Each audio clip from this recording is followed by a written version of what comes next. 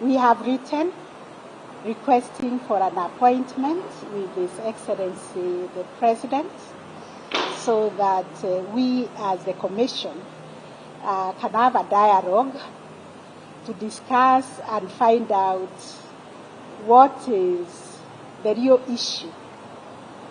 He might have received reports because we have the various machineries and agencies that are charged with the responsibility of collecting information.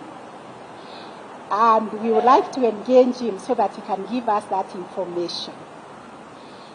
Because we all have a responsibility of solving our problems in this country. We all recognize corruption is endemic, it is a problem, it is unacceptable, it is condemned, it is actually a criminal offense. So if there are cases involving people in the judiciary, judges, judicial officers, or judiciary staff of corruption, then that is why the JSC was established, to deal with those disciplinary matters. So we will be asking His Excellency to submit that report so that we can deal with it, because you recognize under the Constitution 2010, the Fair Administration Action Act, you have always to give a hearing to the other side. Even murder cases, when people are accused of murder, we don't condemn them and sentence them and convict them, we hear them. So even judges are human beings who deserve to be given an opportunity to be heard.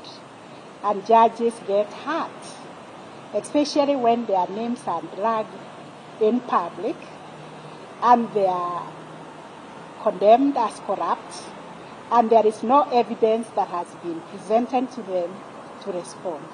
So we'll be looking out for that dialogue. We have written, and I believe His Excellency is going to give us an appointment, and we are ready to go anytime we are called, so that we can have that dialogue. We stand for dialogue, collaboration, and cooperation, because like somebody was describing, the government is a three-legged stool. We are also part of the government, and we are concerned that there are issues that are hurting the executive and the government, and we are also part of that government. So we need to know them so that we deal with them. The next question is whether we are intimidated by the barrage of attacks. I think I stated that in my first statement when it happened.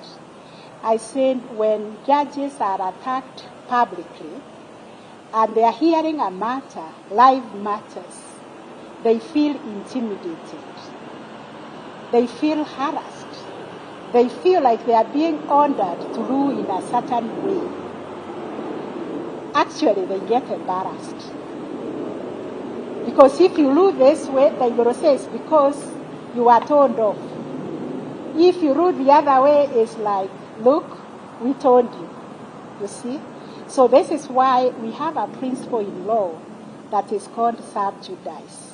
When the matter is pending in court, in as much as possible, let us not discuss it in public domain, because the judges are not in that public domain. It is meant to influence them, and it is wrong. That's a principle in the common law of sub judice, to observe sub judice.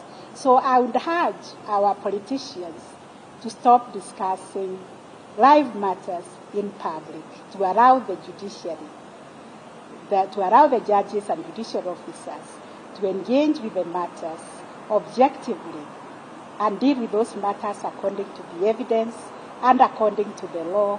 And if somebody is dissatisfied, to follow the appeal mechanism, because this is how we structured the Constitution. And it was a painful process of arriving at, let us have an orderly way of dealing with complaints. The last question from